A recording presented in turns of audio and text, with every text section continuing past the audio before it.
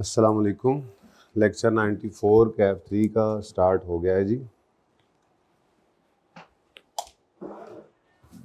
अच्छा जी, process costing कल हमने स्टार्ट किया था। मैंने कहा था इसका पर्पज़ है फिनिश गुड्स और वर्क इन प्रोसेस की कॉस्ट पर यूनिट निकालना, अच्छा, और लॉसेस से डील करना। तो दो सिस्टम है प्रोडक्ट कॉस्ट के कंप्यूट करने के, जॉब ऑर्डर कॉस्टिंग और प्रोसेस कॉस्टिंग। दोनों में फ़र्क हमने कल थोड़ा सा देखा था और बात शुरू कर दी थी। ठीक है जी, हमने जो स्टार्ट लिया है उसमें हमने प्रोसेस कॉस्टिंग को करना है, जिसमें पहले 1-2 दिन, तकरीबन 3 दिन तक वर्क इन प्रोसेस नहीं आएगा, शायद तीसरे दिन आ जाए work in process. Work in process कि आपने प्रोडक्शन प्रोसेस शुरू किया और अभी कुछ चीज़ें इनकम्प्लीट थी कि पीरियड एंड आ गया, तो कुछ चीज़ें तो फिनिश गुड्स बन गई और कुछ चीज़ें अभी ना तो मटेरियल रही हैं ना ही फिनिश गुड्स बनी हैं, तो उसको ट्रीट करना सीखना है, लेकिन वो शायद तीसरे दिन जाके आएगा। तो फिलहाल हम सिर्फ लॉसेस को ट्रीट करना सीखेंगे प्रोसेस कॉस्टिंग के अंदर। यानी कि हमारी जितनी इनपुट हुआ करेगी प्रोसेस में, जितना प्रोसेस जब पीरियड एंड हुआ करेगा तो वो इनपुट सारी आउटपुट हो जाएगी, क्लोजिंग में कोई प्रोसेस नहीं पड़ा होगा, पहले 2 दिन ये काम चलेगा। ठीक है तो मैंने आपको बात करनी थी लॉसेस की ही। तो नॉर्मल लॉसेस होते हैं एक्सपेक्टेड, अनअवॉइडेबल, जो कि as a percentage of input पहले से ही गिवन होते हैं, जबकि अब नॉर्मल लॉसेस कहते हैं अनअवॉइडेबल लॉसेस को। ये अवॉइडेबल नहीं, ये भी मैंने अवॉइडेबल, अच्छा हाँ, ये अवॉइडेबल है, ये कंट्रोलेबल है, और ये नॉर्मली हिडन होते हैं, इनकी कोई परसेंटेज नहीं लिखी होती। एक्सपेक्टेशन हो तो पहले से बंदा कहता है ना इतना परसेंट लॉस हो जाना है, एक चीज़ एक्सपेक्टेड है ही नहीं तो फिर उसके लिए आपको परसेंटेज नहीं गिवन होगी, कैसे निकलेगी अभी सवाल में देख लेते हैं। मैंने थोड़ी सी बात की भी थी। अच्छा, अब थोड़ी सी बात इसके ऊपर कर लें कि नॉर्मल लॉस को हमने सेपरेटली रिकॉर्ड नहीं करना होता पीएनएल में एज एन एक्सपेंस, बल्कि नॉर्मल लॉस प्रोडक्ट की कॉस्ट का पार्ट बनता है। ये हम पढ़ते आए हैं। ये पहले जितने लॉसेज आपने देखे, मटेरियल जी हम खरीदते हैं इतना और प्रोडक्ट आउटपुट में इतना आता है, 5% लॉस हो जाता है, तो मटेरियल का लॉस होना पहले से एक्सपेक्टेशन है जी, एवेपोरेशन से लॉस हो जाता है, तो ये प्रोसेस का हिस्सा है, तो पहले से एक्सपेक्टेड होता है। तो इसको हम क्या करते थे, हम मटेरियल खरीद के ही ज़्यादा लाते थे। याद है, मटेरियल की कॉस्ट के अंदर हम अगर 5 किलो आउटपुट में लगता है और 5.5 किलो इनपुट करें तो 5 आधा किलो उड़ जाता है, तो हम खरीद के कितना लाते थे, 5.5 किलो, और उसको प्रोडक्ट की कॉस्ट का पार्ट बनाते थे। कुछ याद आ रहा है?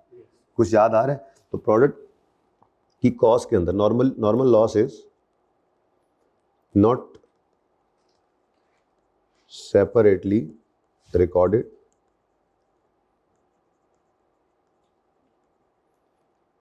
in P&L as an expense, rather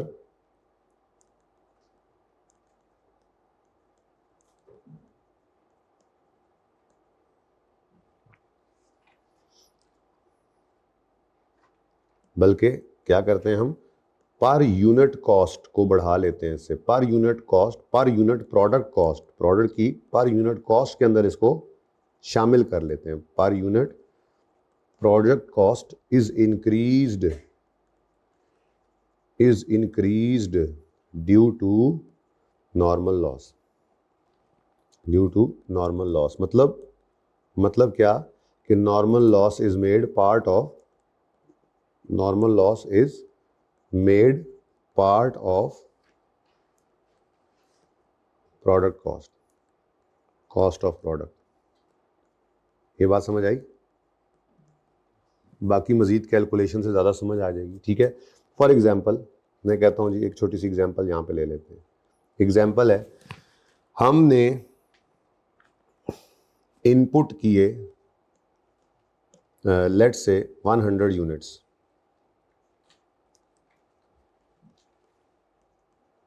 हमने प्रोसेस में 100 यूनिट्स इनपुट किए। ठीक है, 100 यूनिट, 100 लीटर, 100 केजी, जो भी। ठीक है, तो हमने 100 यूनिट्स इनपुट किए और हम एक्सपेक्ट कर रहे हैं कि नॉर्मल लॉस जो है वो 10% हमें हो जाना है। 10% ऑफ इनपुट हमारा नॉर्मल लॉस होता है। ठीक है जी, और टोटल प्रोडक्शन कॉस्ट जो है हमारी, टोटल प्रोडक्ट कॉस्ट जो हमारी आ रही है, प्रोडक्शन कॉस्ट कह देता हूँ, अब वो कितनी है, वो कहते हैं जी मिसाल के तौर पे 1800 रुपये है। टोटल प्रोडक्शन कॉस्ट कितनी है जी? 1800 मतलब 1 यूनिट। चलो अगली बात, और अगर कोई नॉर्मल लॉस यूनिट्स हो जाते हैं, एग्जांपल पूरी कर लेना, बल्कि इसको बाद में देखते हैं, ठीक है। अब अगर आप पर यूनिट कॉस्ट निकालना चाहें तो सॉल्यूशन मैं यहां पे बनाता हूं, इस सवाल का सॉल्यूशन इधर ला के रख दें यार, इधर मेरे पास ही रख। Solution cost per unit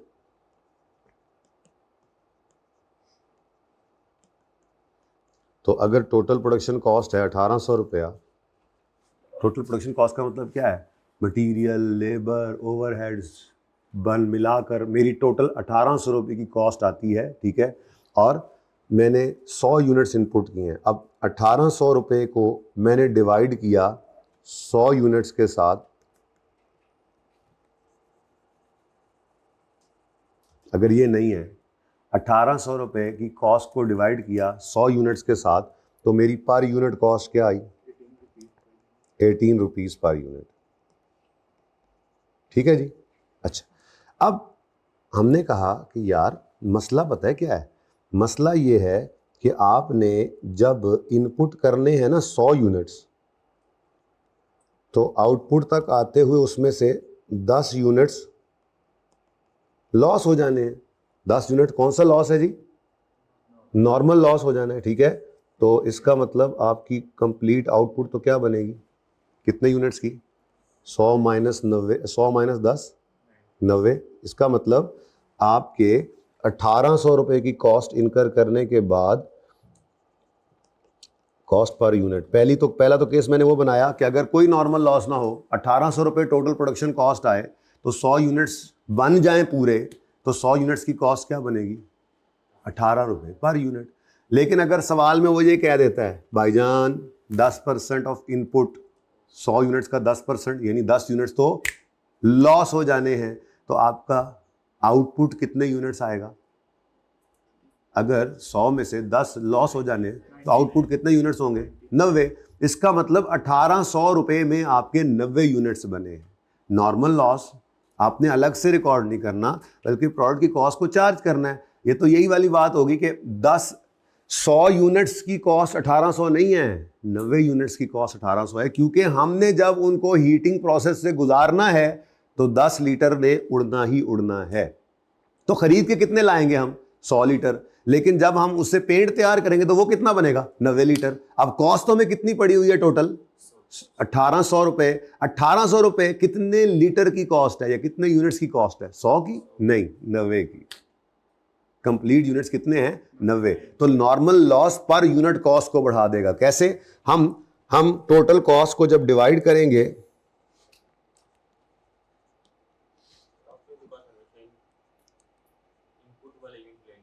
input वाले यूनिट ही लिए, मतलब पर यूनिट कॉस्ट निकाल रहा हूं मैं तो पर यूनिट कॉस्ट निकाल रहा हूं, इनपुट वाले यूनिट्स नहीं लेने। इनपुट यूनिट्स खरीद के लाते थे। कॉस्ट के अंदर क्या शामिल किया है देखेंगे हम इंशाल्लाह। इस 1800 के अंदर मटेरियल, लेबर और ओवरहेड जो पड़ा है, तो हमने यहाँ पर जो मटेरियल इनपुट किया था वो 100 यूनिट्स किया था, खरीद के जो लाए थे। तो कॉस्ट के अंदर तो 100 यूनिट्स पड़े हैं, लेकिन यूनिट्स तो 100 बने नहीं है, यूनिट्स तो 100 बने ही नहीं है, ठीक है। यूनिट्स तो कितने बने हैं बोलो। तो ये काम अब नहीं हो सकता। अगर नॉर्मल लॉस आ जाए तो फिर आपकी 1800 रुपये की कॉस्ट ये 100 यूनिट्स की नहीं है, बल्कि ये अब बने ही 90 है। तो 90 यूनिट्स बने तो बाकी 10 यूनिट्स की जो कॉस्ट है वो कौन बर्दाश्त कर रहा है, गुड 90 यूनिट्स। यानी सादा सी बात है, पर यूनिट कॉस्ट अब कितनी हो जाएगी, ₹20 पर यूनिट। यानी आपको एक यूनिट, बड़ी सादा सी बात है, मैं और सादा करता हूँ। मिसाल के तौर पे हज़रत ने कहा, तशरीफ़ लाते ही हज़रत ने फरमाया कि जी मैंने ना दुकान खोलनी है और मैंने उस पर जो है वो सुपर क्रिस्प रखने हैं। सुपर क्रिस्प चिप्स होते हैं, ठीक है। और अगर मैं दुकान के अंदर रखता हूँ तो मेरे हर महीने मिसाल के तौर पे या हर रोज़ मेरे मिसाल के तौर पे 10 चिप्स बिक जाते हैं, ठीक है। लेकिन अगर मैं यही अपनी अलमारी, ये जो टोकरी है, ये बाहर रख दूँ दुकान के, तो वो चूँकि दिखता है तो बिकता है, तो मेरे रोज़ाना 10 की बजाय 100 बिक जाते हैं, 10 की बजाय 100 बिकते हैं। लेकिन बाहर रखने की वजह से मुझे थोड़ा सा मसला ये आता है कि आते जाते हुए कोई दोस्त अहबाब ऐसे चोरी छुपे एक दो, हाँ मेरे जैसे, किसी को क्यों कह रहे हो, ठीक है, मेरे जैसे ऐसे चुप करके ले जाते हैं, अल्लाह माफ़ करे, जिसको शॉप लिफ्टिंग कहते हैं। अब ये शॉप लिफ्टिंग है, एक होता है नकब लगा के चोरी करना, रात को आए छत फाड़ के या शटर काट के सारा कुछ ले गए, वो अब नॉर्मल लॉस है। पर ये जो शॉप लिफ्टिंग होती है ना, ये ट्रेडिंग बिजनेसेस के अंदर, ये shop lifting is a normal loss. क्यों? क्योंकि हजरत अगर टोकरी को अंदर रखते हैं तो सिर्फ कितने लेस बिकते हैं, कितने चिप्स बिकते हैं, 10, और अगर बाहर रखते हैं तो कितने, 100। लेकिन बाहर रखते हैं तो उसमें 4 से 5 चोरी हो जाते हैं। तो क्या इस डर से कि 4-5 चोरी होते हैं ये अंदर रख लें? अच्छा, कैमरा भी लगा लेंगे तो कैमरे के को हाथ थोड़ी होते हैं, कैमरा सिर्फ देख के बता सकता है कि फलां बंदा आया था, अगली बारी देख के रखना, लेकिन वो फिर दूसरे बंदे को सामने खड़ा करके उनको निकाल लेंगे, निकालने वाले ने तो निकाल ही लेने। तो इसका मतलब इन्होंने 100 लेज सेल करने हैं तो ये खरीद के 105 लाएंगे। नाउ दिस इज नॉर्मल, यानी आप यूं कहेंगे 100 चिप्स की सेल की कॉस्ट ऑफ सेल है 105 लेज, ठीक है।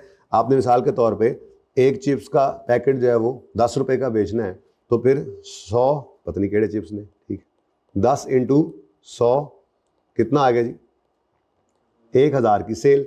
आपको ये कितने का पड़ता है हजरत, एक चिप्स कितने का पड़ता है, आपने 100 बेचने थे, एक कितने का पड़ता है, 8 रुपए का आप खरीद के लाते हैं, कितने का, 8 रुपए का। लेकिन जब आप खरीदने गए तो आपने 100 नहीं खरीदे, 105, क्योंकि 100 बेचने के लिए 105 रखने पड़ेंगे, 5 तो अगलों ने निकाल के ले जाने, ठीक है। तो ये नॉर्मल लॉस समझा जाता है शॉप लिफ्टिंग। जी कितना बनता है, 840। हालांकि अगर 100 ही होता तो यहाँ क्या आता, 800।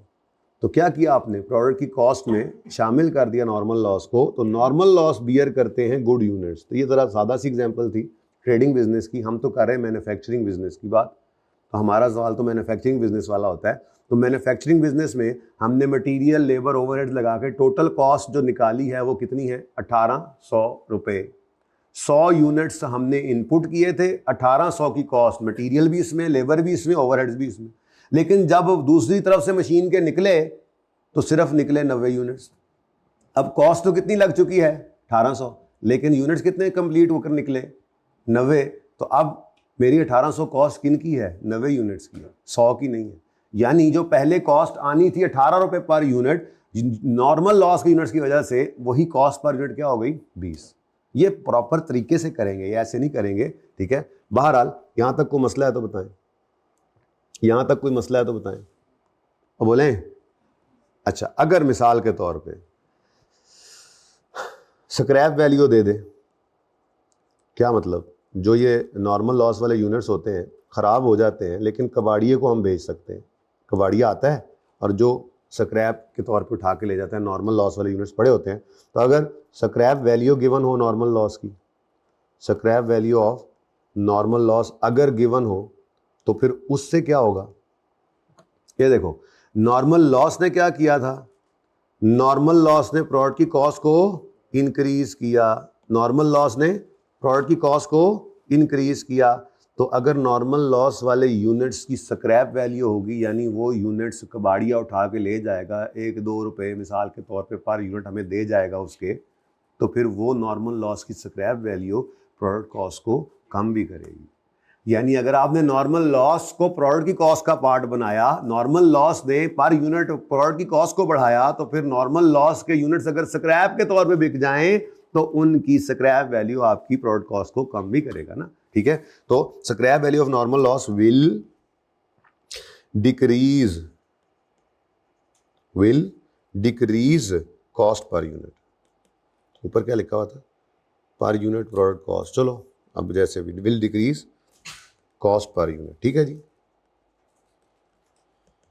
तो नॉर्मल लॉस की स्क्रैप वैल्यू अगर आ जाए तो स्क्रैप वैल्यू डिक्रीज कर देगी कॉस्ट पर यूनिट को, ठीक है। नॉर्मल लॉस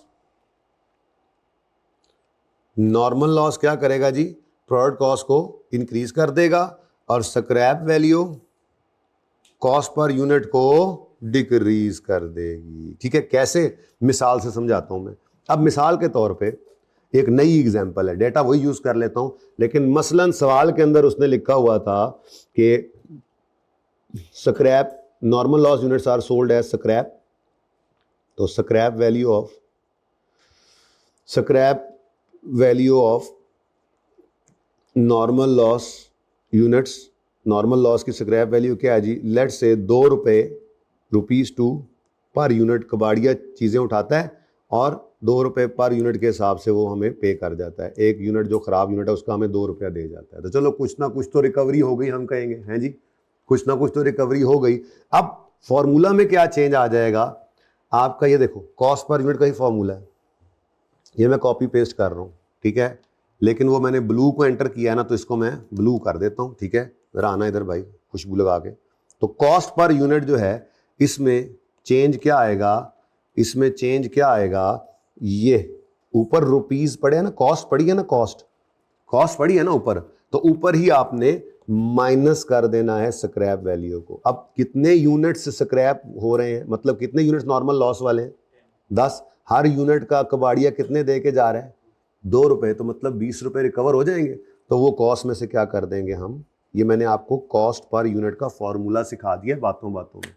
लेकिन ये ऐसे नहीं होगा, सवाल का प्रॉपर फॉर्मेट होगा, हमारे पास लेजर होगा जिसके अंदर टोटल कॉस्ट निकलेगी, सामने पड़ी होगी, यूनिट्स होंगे, नॉर्मल लॉस के यूनिट्स होंगे, हर चीज आपने इसी तरह से। तो ये बेसिकली मैंने आपको, अगर वर्क इन प्रोसेस ना हो तो कॉस्ट पर यूनिट निकालने का फॉर्मूला बताया है आपको। और कॉस्ट पर यूनिट निकालने का फॉर्मूला क्या है, टोटल कॉस्ट जो इनकर की माइनस नॉर्मल लॉस की scrap value divide by total input units minus normal loss के यूनिट्स, ठीक है। आपको लग रहा था सीधा लिखें, सीधा लिखने के अभी तो काम चल जाता है, लेकिन मैंने तो आगे के लिए आपको तरतीब में लेकर चलना है ना, ठीक है। तो ये मैंने आपको नॉर्मल लॉस, अब देखो नॉर्मल लॉस की स्क्रैप वैल्यू आई तो आपकी कॉस्ट पर यूनिट कितनी हो गई, 19.8 कर दूं, 19.8, ठीक है जी। मतलब जो आपको पहले 20 रुपए में एक यूनिट अब आपका बनता नजर आ रहा था, ठीक है, वो थोड़ा सा कम हो गया, ठीक है। Discussion is over as far as normal loss is concern. तो प्रोडक्ट की कॉस्ट कैसे निकलेगी, नॉर्मल लॉस अगर हो, अगर ना हो तो बस कॉस्ट डिवाइडेड बाय स्क्रैप, अगर ना हो तो, अगर ना होता तो ये होता, लॉस ही नहीं। नॉर्मल लॉस आ गया तो इसी ने ही, नॉर्मल लॉस में जो यूनिट्स हुए वो तो गए, लेकिन वो एक्सपेक्टेड था, तो जो टोटल कॉस्ट है उसको आप गुड यूनिट्स पे एलोकेट कर दें, यानी नॉर्मल लॉस की यूनिट्स की जो कॉस्ट होगी वो भी कौन बर्दाश्त करेगा, तो कॉस्ट पर यूनिट आपकी नॉर्मल लॉस के आने की वजह से बढ़ जाएगी। और अगर कोई scrap value normal loss units की आ जाती है तो उसकी वजह से फिर आपकी पर यूनिट कॉस्ट कम हो जाएगी, ठीक है, सही है। कहानी कुछ यूं चली थी, वो मैंने क्रॉस मैंने कर दिया, लेकिन कहानी कुछ इस तरह से चली है कि कोई नॉर्मल लॉस नहीं था तो 18 रुपये, नॉर्मल लॉस आ गया तो आपकी कॉस्ट पर यूनिट क्या हो गई, इंक्रीज। और अगर नॉर्मल लॉस की स्क्रैप वैल्यू आ गई कुछ, तो उसने कॉस्ट पर यूनिट को फिर क्या कर दिया, डिक्रीज। समझ आती है बात, चलें आगे। चलो दूसरी चीज है जी एबनॉर्मल लॉस, ये बड़ा जालिम है। एबनॉर्मल लॉस बचपन से आपने सुना होगा, अभी भी बात वहीं पे ही है, इस एबनॉर्मल लॉस को आप कॉस्ट ऑफ सेल का हिस्सा नहीं बनाते, ये सुनते होते थे ना बचपन में, शायद सुना हो, इन्वेंट्री में एबनॉर्मल लॉसेस पीएनएल में जाते हैं। एबनॉर्मल लॉस, तो यहाँ पे ज़रा और तफसीली बात कर रहे हैं कि एबनॉर्मल लॉस को प्रोडक्ट की कॉस्ट का हिस्सा नहीं बना सकते, एबनॉर्मल लॉस ने प्रोडक्ट की कॉस्ट का हिस्सा नहीं बना, यानी इसने अलग से पीएनएल में रिकॉर्ड होना है, ठीक है। अब इसका क्या करेंगे, पहले तो लिख लें करना क्या है इसका, तीसरी बात हम क्या कर रहे हैं, हाँ, एबनॉर्मल लॉस इज रिकॉर्डेड, पीछे क्या लिखा हुआ है, एबनॉर्मल नॉट सेपरेटली रिकॉर्डेड, इसके बारे में क्या लिखेंगे, it will be separately recorded in PNL, ठीक है। Normal loss is not separately recorded in PNL, ठीक है, normal loss is not separately recorded, ठीक है। और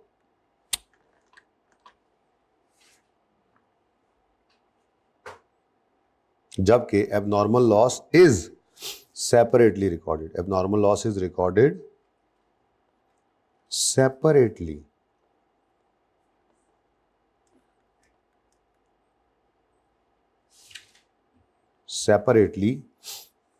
as an expense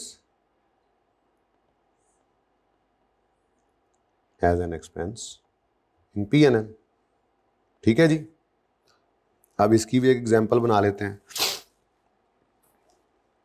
बल्कि एग्जांपल वही चलाते हैं और बीच में मैं फिर फिट करता हूं कि जी असल में ऐसा हुआ। सोचा तो ये था, सोच तो हमारी ये थी, ठीक है, लेकिन हुआ ये इस तरह की बात अब करता हूं मैं। ठीक है, तो अब ये तो मामला था जो हमने सोचा था। ठीक है, क्या सोचा था? इनपुट करेंगे 100 यूनिट्स, 10 यूनिट्स हो जाएंगे नॉर्मल लॉस और 90 यूनिट्स एक्चुअल आउटपुट। ये हमारी सोच थी। लेकिन आगे 100 मसले मसाइल होते हैं। कभी मटेरियल गंदा आ गया, कभी सेक ज़्यादा लग गया, कभी कुछ तो कभी कुछ, तो एक्चुअल लॉस 10 यूनिट से ज़्यादा भी हो सकता है। अब जो 10 यूनिट से ज़्यादा का लॉस होगा वो हमारा एक्सपेक्टेड लॉस नहीं है, वो फिर किधर चला जाएगा? Abnormal loss. और कभी कभी मटेरियल बहुत अच्छा भी आ जाएगा, एबनॉर्मल गेन भी होगा, लेकिन बाद की बात है वो। फिलहाल जरा पहला स्टेप सीख ले, एबनॉर्मल लॉस। ठीक है, तो अब ये सारा कुछ लिखा हुआ था, लेकिन पता ये चला, हुए हुए हुए हुए ये तो सवाल में लिखा हुआ था। अच्छा, वो हमारे ना लेजर के अंदर बैलेंसिंग निकला करेगा। तो जब सवाल आगे बढ़ा, हमने जब एक्चुअल एंड पर देखा जाकर, तो एक्चुअल में लॉस हमें आ रहा था 15 यूनिट्स का। हमने कहा ओए होए होए होए होए, सोचा क्या था? वो बोलो, सोचा क्या था आपने? जी नहीं कि 10 यूनिट्स लॉस होंगे, लेकिन हो कितने गए? ओहो 15 भाई, 12 कहां से ले आए हो जी? अब सोचा था कि 10 यूनिट्स लॉस होंगे, हो गए 15। अब इसमें नॉर्मल लॉस कितना है वो आप निकाला करेंगे हमेशा खुद, वो आपको भी पता होता है। तो आप यूं लिखेंगे, मैं अभी लिख देता हूं, नॉर्मल लॉस कितना है जी इसमें से? नॉर्मल लॉस यूनिट्स कितने हैं जी? नॉर्मल लॉस यूनिट्स कितने हैं? बोले बोले बोले। आपको नहीं पता नॉर्मल लॉस यूनिट्स कितने हैं, आपको उसने क्या बताया है? नॉर्मल लॉस की परसेंटेज, और साथ उसने क्या बता दिया, या आप निकालेंगे एक्चुअल लॉस कितना हुआ है। ठीक है, तो आपने फिर नॉर्मल लॉस के यूनिट्स खुद निकाले। कैसे निकाले जी? 100 इंटू 10% करके। तो आपने कहा जी मेरा नॉर्मल लॉस के यूनिट्स तो 10 बनते थे, अब एक्चुअल लॉस कितना आ गया? ये प्रॉपर लेजर से निकला करेगा। तो मैं सिर्फ सिखाने के लिए ऐसे बात कर, ऐसे नहीं सोचेंगे हम। तो बेहतरीन हमारा तरीका होगा इंशाल्लाह लेजर के अंदर। लेजर आपको वैसे ही बड़ा पसंद है, डेबिट क्रेडिट चीज़ें रखी और बैलेंसिंग फिगर किस तरफ आ रही है वो आप फौरन बता देंगे कि ये चीज़ है। ठीक है ना, वो भी करते हैं। बहरहाल ये सवाल है ना पड़ा हुआ, इसमें सिर्फ ये सिखाना है। तो खैर कोई नहीं, पहली बार में यकदम समझ नहीं भी आती बात, तो खैर है। तो 10 यूनिट्स मेरे नॉर्मल लॉस के हैं, और बाकी फिर मैं क्या करूँगा? एबनॉर्मल लॉस के यूनिट्स निकालूंगा। तो एबनॉर्मल लॉस के यूनिट्स मेरे निकला करेंगे बैलेंसिंग, क्योंकि मैंने आपको क्या कहा था, ऊपर देखो क्या लिखा हुआ है, ये नॉर्मली एक्चुअल लॉस में हिडन होता है। अब एक्चुअल लॉस कितना निकला? 15। एक्सपेक्टेड था 10 आएगा, तो फिर 15 में 5 जो छुपा हुआ था वो क्या था? सोच से ज्यादा लॉस हो गया। शायद मटेरियल गंदा आ गया होगा इस दफा, शायद हीट ज्यादा हो गया होगा, कुछ ऐसा हुआ है जो एक्सपेक्टेड नहीं था, और अहमद भाई ने कर दिया जो करना था, तो फिर एबनॉर्मैलिटी है। ठीक है, तो खैर इसको अलग से रखना है। अब ये आप कैसे निकालेंगे बैलेंसिंग फिगर? तो कितने यूनिट्स है जी? अब हमने क्या फैसला किया है? नॉर्मल लॉस प्रोडक्ट की कॉस्ट का पार्ट बन जाता है, यानी कि नॉर्मल लॉस से प्रोडक्ट की कॉस्ट बढ़ती है, जबकि अब नॉर्मल लॉस को प्रोडक्ट की कॉस्ट का पार्ट नहीं बनाना। इसका मतलब क्या हुआ? इसका मतलब बड़ा ही इंटरेस्टिंग है। असल में अब 100 यूनिट के 3 टोटे हो गए हैं। 100 यूनिट्स के 3 टोटे हो चुके हैं। पहला टोटा जो है वो नॉर्मल लॉस का है, कितने यूनिट्स? 10 यूनिट्स।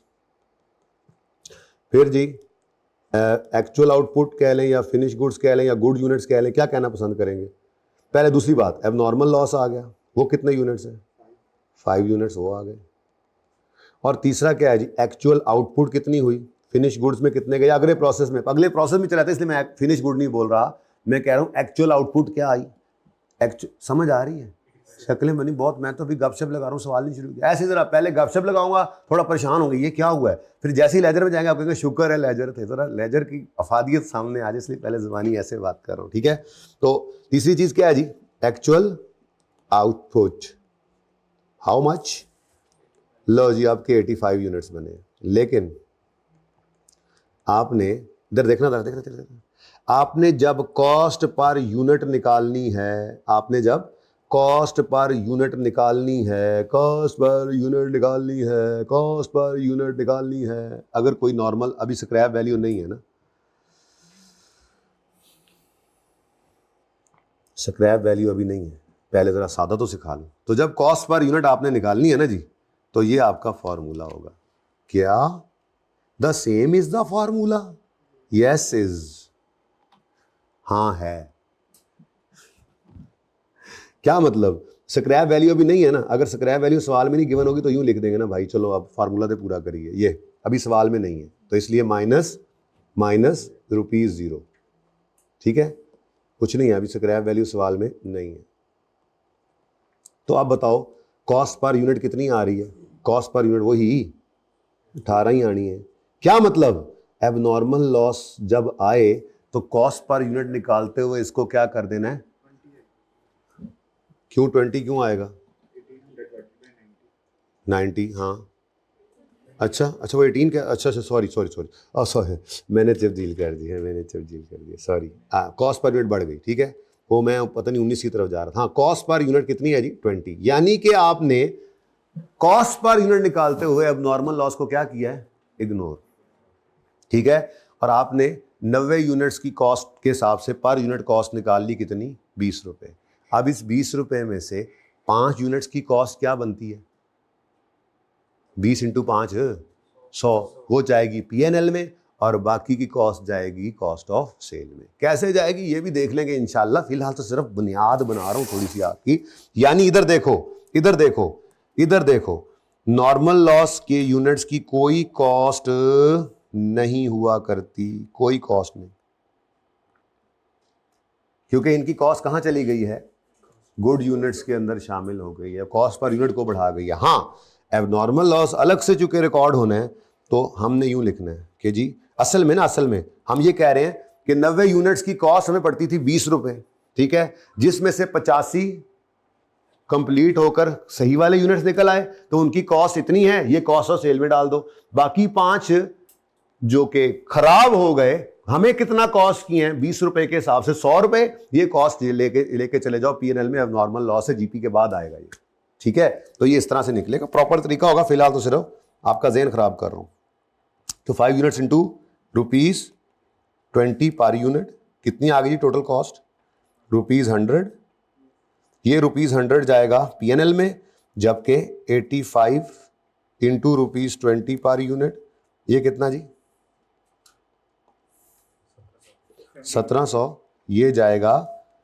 तो अगर अब नॉर्मल लॉस ना होता तो फिर 10 यूनिट्स नॉर्मल लॉस थे, बाकी के सारे हमारे कॉस्ट, प्रोडक्ट की कॉस्ट बन गई, प्रोडक्ट बन गई है तो उसकी कॉस्ट ऑफ सेल में चली जाती, बिक जाता, तो नहीं तो इन्वेंट्री में होता, प्रोडक्ट की कॉस्ट में पड़ा होता, ठीक है। लेकिन चूंकि 90 भी नहीं बने, 90 की कॉस्ट, 90 तो एक्सपेक्ट कर रहे थे, वो तो कॉस्ट बनती थी, तो 5 यूनिट 20 रुपए थे, लेकिन 5 और खराब निकले हैं। तो अब वो हमें तो, हमारा तो खर्चा हो गया ना, ये खर्चा प्रोडक्ट की कॉस्ट को नहीं चार्ज करना, क्योंकि ये कभी होगा कभी नहीं होगा, आज है कल नहीं है। आज गंदा मटेरियल आ गया, कल बराबर आया, कोई एबनॉर्मल लॉस नहीं, परसों अच्छा आ गया, एबनॉर्मल गेन की तरफ चले जाएंगे। तो एबनॉर्मेलिटीज हमारी प्लानिंग का हिस्सा नहीं होती, बाद में आती हैं, इसलिए P&L के अंदर इसको चार्ज करेंगे, ठीक है। और सही है, प्रोडक्ट की कॉस्ट तो पहले से हमें पता होगी, ठीक है। तो एबनॉर्मल लॉस को फिर कहां चार्ज करना है? P&L में, ठीक है। तो ये जनाब आपका जो है वो फॉर्मूला बना। अच्छा, अब अगर स्क्रैप वैल्यू आ जाए और वो हो एबनॉर्मल लॉस के यूनिट्स की, तो उसका क्या होगा? सोच के बताना। नॉर्मल लॉस के स्क्रैप वैल्यू आई थी तो उसने क्या किया था? कॉस्ट पर यूनिट को डिक्रीज किया था। एबनॉर्मल लॉस तो कॉस्ट पर यूनिट में शामिल ही नहीं किया, एबनॉर्मल लॉस कहाँ चला गया? P&L में। याद है? हाँ, याद है, बचपन में आपने एक एंट्री की थी, या डिस्पोजल ऑफ फिक्स एसेट की एंट्री करके आए हैं मिसाल के तौर पे, या इन्वेंट्री जल जाती थी तो आप कहते थे 100 की इन्वेंट्री जल गई, इंश्योरेंस वालों ने 20 दे दिए तो बाकी 80 लॉस। इंश्योरेंस वाले ने दिए, कबाड़िए ने दे दिए, तो वो भी है, रिकवरी होगी ना कुछ। यानी अगर अब नॉर्मल लॉस की रिकवरी वैल्यू, स्क्रैप वैल्यू आ रही होगी, तो उसने P&L के अंदर वाले खर्चे को, P&L में जब नॉर्मल लॉस गया उसको डिक्रीज करना है, ना तो उसकी कॉस्ट प्रोडक्ट कॉस्ट में शामिल की हमने, ना उसकी स्क्रैप वैल्यू इस प्रोडक्ट कॉस्ट को कम करेगी, ठीक है। अब नॉर्मल लॉस को आने ही नहीं देना प्रोडक्ट की कॉस्ट के करीब, बारों बार P&L में नुकसान है, हमारा नुकसान है, बट प्रोडक्ट कॉस्ट का हिस्सा नहीं बनाना। सर्दी लग रही है तुम्हें? एसी तो बंद है, अब एक है, वो पिछला क्यों चला हुआ, वो भी बंद करो। नहीं यार, बीमार हो जाना अब इस वक्त नहीं यार बर्दाश्त हो सकता। कोई नहीं, आज गर्मी बर्दाश्त कर लेंगे, थोड़ी देर बाद हमें कोई बात नहीं, खैर है, चलेगा, खैर है, कोई बात जी। तो scrap value of abnormal loss,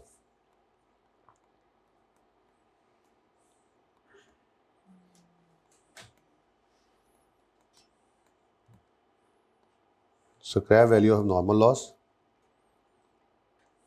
units,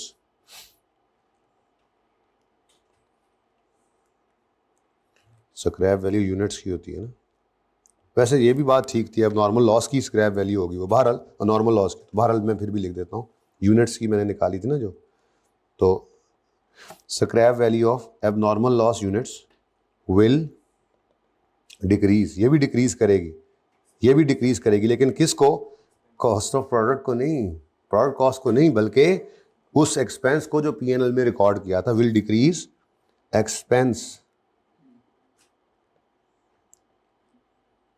जो कि लॉस, एबनॉर्मल लॉस एक्सपेंस को डिक्रीज करेगी, एबनॉर्मल लॉस को डिक्रीज करेगी इन पीएनएल। वो जैसे आप यूं कहा करते थे कि 100 रुपए की इन्वेंट्री जल गई जी, इंश्योरेंस कबाड़िए ने 20 रुपए दे दिए, तो बाकी फिर क्या है जी? 80 में पीएन। अच्छा जी, नहीं, हमारी तो कबाड़िए से आ गए 40 रुपए, इस सवाल में कबाड़ी से कितने आ गए? 40, तो फिर पीएनएल में क्या आ जाएगा? 60। ये वाला काम नॉर्मल लॉस से जाना पीएनएल में होता है। खैर चलें, छोड़ें, ये एंट्रीज भी आ जाएंगी वक्त आने पे, फिलहाल तो दूर है जी। अनएक्सपेक्टेड होता है, अनएक्सपेक्टेड होता है। कितने लिखा है मैं? ये एक्स्ट्रा लॉस है in addition to normal loss, this is unexpected, ये भी लिख देता हूं, अनएक्सपेक्टेड, ठीक है। ये एक्सपेक्टेड था, नॉर्मल लॉस एक्सपेक्टेड, ठीक है। ये एक्स्ट्रा लॉस एक्सपेक्टेशन से ज़्यादा, ठीक है। अच्छा, अब अगर स्क्रैप वैल्यू आ गई है, डालें स्क्रैप वैल्यू को। इस सवाल में पहले स्क्रैप वैल्यू नहीं थी, ठीक है ना, ब्लू से मैं स्क्रैप वैल्यू डाल रहा हूँ। तो स्क्रैप वैल्यू ऑफ, अच्छा ये जो स्क्रैप वैल्यू होती है ना, तो वो होती है scrap value of damage units. असल में भाई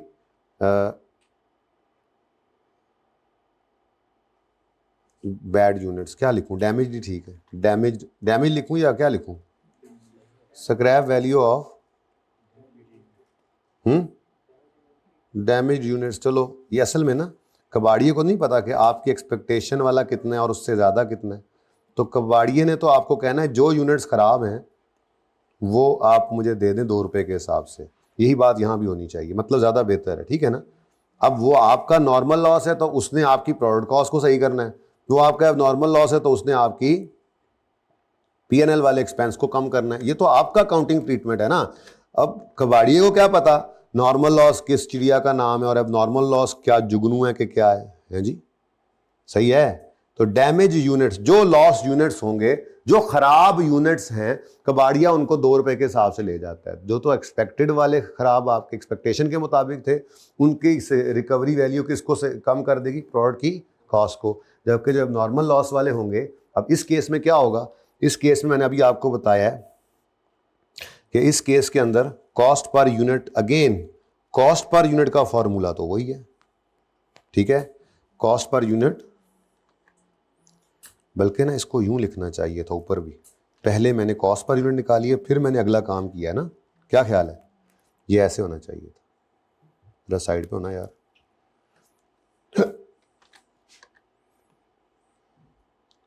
केडी खामोशी है, वैसे अच्छी बात नहीं है ये खामोशी है, मुझे तो नहीं अच्छी लग रही। बच्चे पता नहीं क्या पढ़ के आएंगे कि नहीं कल। और भाई अगर ये कल पढ़ के ना आए तो फिर फ़ायदा कोई नहीं है, फिर आने का, फिर कल भी ना आए, फिर छोड़ ही दें फिर। और ये वो पर्चे वाला सवाल, ये पर्चे का वो सवाल है जिसने आपको पास कराना है। तो बता देना, इस खबर को फैला देना जंगल की आग की तरह कि लेक्चर पार्ट 1 भी करके सर ने फ़ौरन कहा था जाओ जाओ इनको रेंडर करो और अभी भेजो, तो साथ के साथ अपलोड हुआ है। बगैर लेक्चर लिए मत आना, और अगर कोई मसला है तो अभी से बताना उनको कि आज ही तशरीफ़ की टोकरियां ले आओ और लैब में बैठ के सुन लो। कहीं नहीं है कंप्यूटर फिजिकल वालों के पास, जब कोई मसला है तो। बारिश रुक गई होगी अब तक तो, रुक गई थी वैसे, अभी अभी कौन आया? और तुम तो पिछली क्लास में थे, तुम क्यों कहाँ थे, क्यों लेट आए हो तुम? अभी आ रहे? Sorry, I am sorry. ठहर जा सवारियां दे पूलियां हो लेंदे यार। अब जब इरादा किया तो फिर कोई रह तो ना जाए, फिर सबको आ लेने दो। अच्छा जी, तो कॉस्ट पर यूनिट निकलेगी। अब चूंकि स्क्रैप वैल्यू आ गई है, स्क्रैप वैल्यू आ गई है, स्क्रैप वैल्यू आ गई है, तो ये मेरा दूसरा सवाल बन गया ना एक तरह से, ठीक है। तो इसके अंदर अब देखो भाई, इधर देखो देखो देखो देखो, कोई चेंज नहीं आया यहां पर। कितने यूनिट्स नॉर्मल लॉस के हैं? जबानी चल रहा हूं मैं वैसे तो, ये 10 है। हर यूनिट की स्क्रैप वैल्यू कितनी है जो खराब है? 2 रुपए। तो 10 × 2 कितने आ गए? यानी ये वैसा ही रहा बिल्कुल। और कॉस्ट पर यूनिट कितनी आ गई बोलो? 19.8। इसने क्या कर दिया? नॉर्मल लॉस की रिकवरी वैल्यू ने प्रोडक्ट कॉस्ट को कम कर दिया, ठीक है जी। अब उसके बाद हमने ये काम करना है, यानी कि कॉस्ट एलोकेट कर दूं मैं। ये ऐसे होगी नहीं, ये तो सिर्फ ज़हन बनाया जा रहा है आपका, ठीक है। आई जरा यार उस्ताद, आजा यार। तो इधर देखो जी, अगेन नॉर्मल लॉस को तो कोई कॉस्ट चार्ज ना हुई। अब नॉर्मल लॉस के जो 5 यूनिट्स थे उनकी पर यूनिट कॉस्ट कितनी हो जाएगी अब, और एक्चुअल आउटपुट की पर यूनिट कॉस्ट कितनी हो जाएगी अब? ये चेंज हो गई है, ये चेंज हो गई है, क्योंकि ओवरऑल पर यूनिट कॉस्ट क्या हो गई है? डिक्रीज ड्यू टू, पहले मैंने बताया कॉस्ट पर यूनिट का फॉर्मूला ही है, प्रोडक्ट कॉस्ट पर यूनिट ऐसे निकल आई। कहाँ पार्ट बनाया? -20 तो मैंने नॉर्मल लॉस को नहीं पार्ट बनाया, ये तो रिकवरी वैल्यू है नॉर्मल लॉस के यूनिट्स की। अब नॉर्मल लॉस कहाँ पे है? अब नॉर्मल लॉस तो इसके बीच में ही कहीं छुपा हुआ है। ये तो 10 - 100 - 10 90 ही है। मैं तो 90 की कॉस्ट ही निकाल रहा हूँ। अब नॉर्मल लॉस का यूनिट अपनी कॉस्ट अलग रखेगा, किसी को नहीं चार्ज कराएगा। नॉर्मल लॉस के यूनिट्स ने प्रोडक्ट की कॉस्ट को बढ़ा दिया है। अब नॉर्मल लॉस को प्रोडक्ट की कॉस्ट पर यूनिट निकालते हुए हमने अज्यूम ही नहीं किया कि वैसे कोई चीज़ है, और हमने 90 यूनिट्स की कॉस्ट निकाली है और फिर कहा ओहो 85 तो सही है, बाकी 5 ज़ाया हो गए, हमें कॉस्ट पड़ चुकी है उनकी। ये फ़र्क है, ठीक है ना। तो इसीलिए कहा कॉस्ट पर यूनिट निकालते फॉर्मूला चेंज ही नहीं किया। ये तो रिकवरी वैल्यू आई है तो फॉर्मूला बदला, ये देखो फॉर्मूला सेम। तो कॉस्ट पर यूनिट निकालते हुए अब नॉर्मल लॉस को क्या कर देना है? इग्नोर। कॉस्ट पर यूनिट निकल आई, अब नॉर्मल लॉस तो शामिल हो गया, नॉर्मल लॉस तो इन कॉस्ट पर यूनिट में शामिल हो गया। अब नॉर्मल लॉस अलग से अपनी कॉस्ट रखेगा, यानी कि 90 यूनिट्स की कॉस्ट है टोटल 1800, जिसमें से 85 यूनिट्स कंप्लीट हो गए और 5 लॉस हो गए। हर एक की कॉस्ट है 19.8। तो कितना बना? ये कितना बना? ये तो सिर्फ इस वजह से कम हो गई है थोड़ी थोड़ी, क्योंकि नॉर्मल लॉस की रिकवरी वैल्यू आई है जिसने कॉस्ट पर यूनिट को कम कर दिया है। कितना बना बता दो? 99।